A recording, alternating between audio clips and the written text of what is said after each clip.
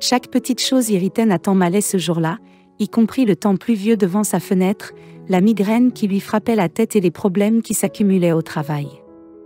Il jeta un nouveau coup d'œil au rapport comptable pour essayer de comprendre pourquoi les revenus de son entreprise avaient été si faibles le mois dernier. Nathan dirigeait le restaurant depuis de nombreuses années, et c'était la première fois qu'il voyait des bénéfices aussi faibles.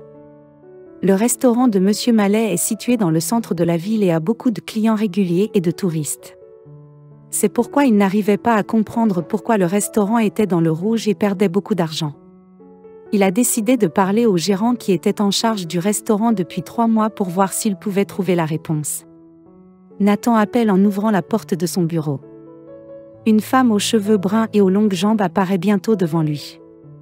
Elle regarde son patron d'un air interrogateur. Monsieur Mallet grimace en la voyant entrer et lui fait signe de s'asseoir. Si Nathan laisse Inès lui parler sur ce ton, c'est parce qu'Inès est aussi son amante. C'est essentiellement grâce à elle qu'elle a obtenu la direction du restaurant, qui subit aujourd'hui des pertes probablement dues à sa négligence. Monsieur Mallet lui montre le rapport des 3 mois. Il ne s'attend pas à l'étonnement d'Inès et à ce qu'elle dise qu'elle ne savait rien des pertes. Tout compte fait, Nathan appréciait sa relation avec Inès, il se sentait aimé et désiré lorsqu'il était avec elle.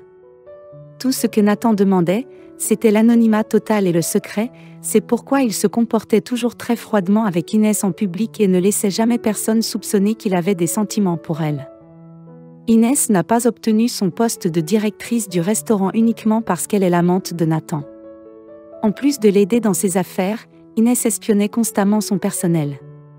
Cette fille sympathique notait méticuleusement chaque fait compromettant qu'elle relevait sur ses collègues. Grâce à elle, Nathan savait que le serveur apportait secrètement les restes de la cuisine aux animaux sans abri. Il savait également que le chef cuisinier cuisinait de la viande congelée et la servait comme un veau de première qualité à un prix élevé. La plupart de ces méfaits n'ont pas causé beaucoup de dommages au restaurant, mais lorsqu'ils sont combinés, ils peuvent facilement expliquer pourquoi les bénéfices diminuent. Après avoir examiné les données du carnet d'Inès, Nathan a rassemblé tout le personnel dans le hall et a commencé à réprimander chacun des employés, un par un.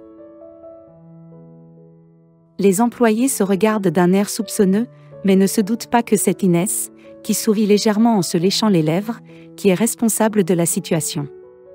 Après cet incident, la plupart des employés baissèrent les yeux et reprirent le cours de leur vie.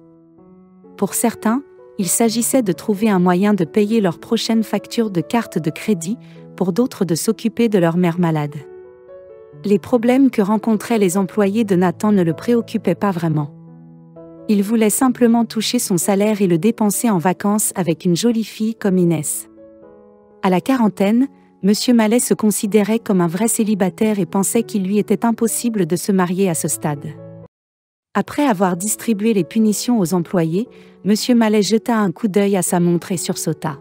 « Oh mon Dieu, j'ai un rendez-vous avec Marius Barre » murmura Nathan en se prenant la tête entre les mains.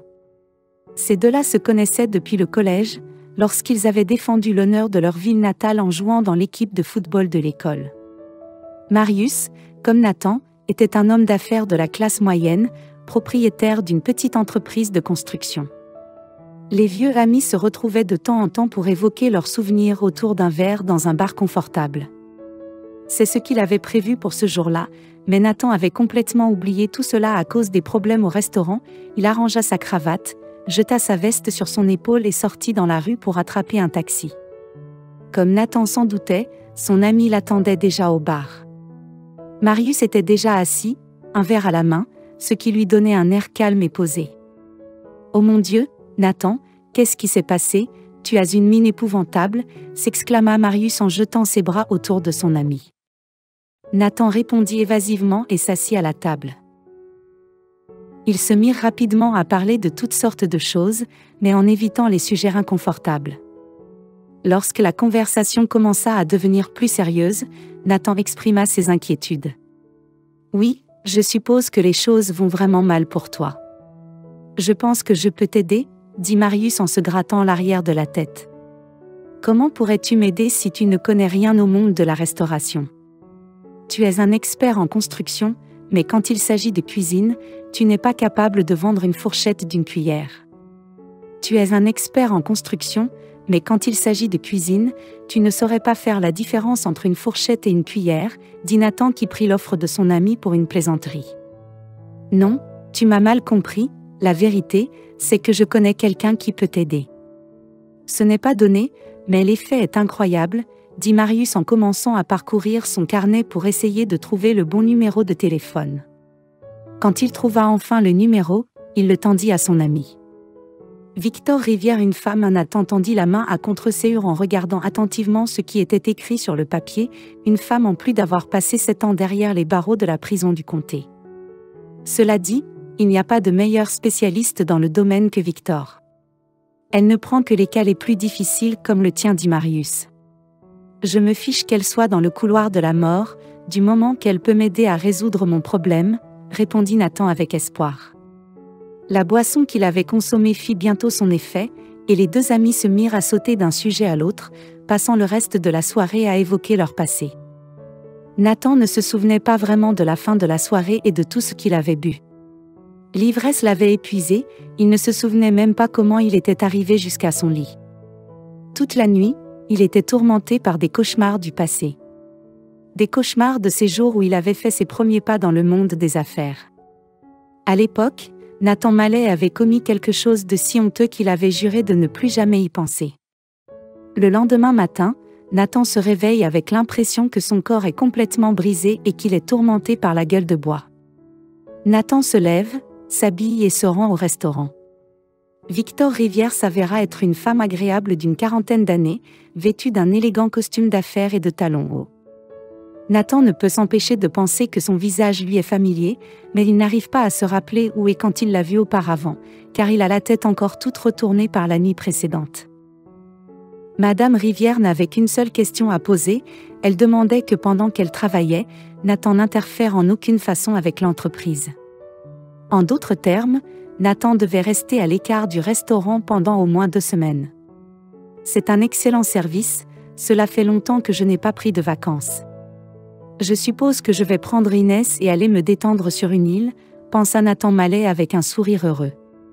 J'imagine que je vais emmener Inès et aller me détendre sur une île, pensa Nathan Mallet en souriant. Ayant accepté la condition de Madame Rivière, l'heureux homme d'affaires s'empressa de retrouver son amoureuse pour lui annoncer la bonne nouvelle. Les 2 semaines qu'ils passèrent dans l'atmosphère de vacances agréables sur les îles passèrent en un clin d'œil. Sur le chemin du retour vers sa ville natale, Nathan était impatient de voir comment son restaurant s'était transformé, et il s'était transformé au point d'être méconnaissable. Lorsque l'homme d'affaires arriva sur le parking devant lui, il ne vit pas une seule voiture. Ce qui signifiait qu'il n'y avait pas de clients, ni d'employés sur place. Que se passe-t-il ?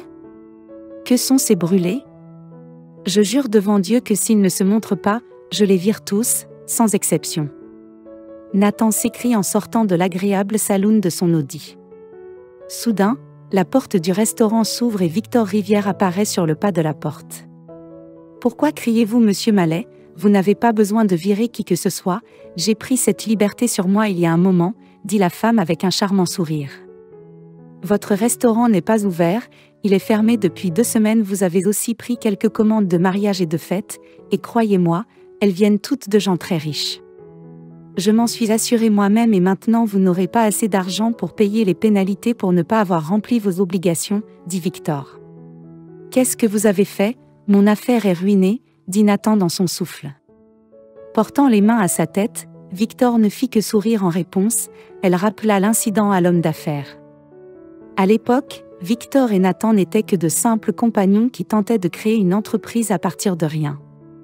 Lorsque l'entreprise a commencé à se développer, Nathan Mallet a décidé de s'approprier tous les actifs pour son propre compte. C'est ainsi que la femme de confiance a fini en prison et que Nathan a déposé le bilan. Quand il a mis la main sur tout l'argent, il a ouvert son propre restaurant. Et maintenant, devant l'homme d'affaires rusé, se tenait le même Victor. Les années ont passé et Victor avait changé son nom et toute son image au point qu'elle était pratiquement méconnaissable. Ce jour-là, Victor était l'ange de la vengeance qui était venu punir son partenaire malhonnête. Lorsqu'il se rendit compte qu'il était au bord de la faillite, Nathan tomba à genoux et pleura amèrement, mais ses larmes n'eurent aucun effet sur Victor Rivière, qui avait attendu ce moment pendant 10 longues années. La justice l'avait emporté, Victor sourit à lui-même, dans un claquement de talons, il se dirigea vers sa nouvelle vie, dans laquelle il n'y aurait plus de tromperie ni de partenaire malhonnête.